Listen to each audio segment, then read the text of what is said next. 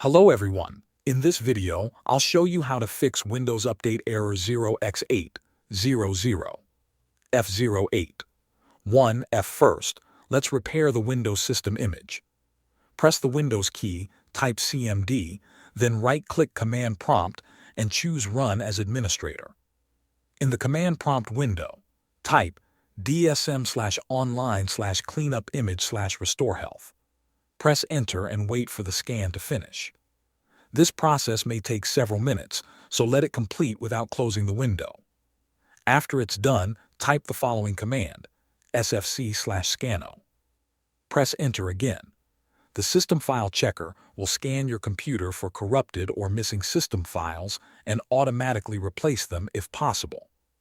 When the scan finishes, restart your computer and check if Windows Update installs normally. If the error still appears, try the built-in Windows Update Troubleshooter. Open Settings, then go to System, Troubleshoot, and Other Troubleshooters. Find Windows Update and click Run. Windows will check for common update problems and automatically apply any available fixes. Simply follow the instructions shown on your screen until the process is complete.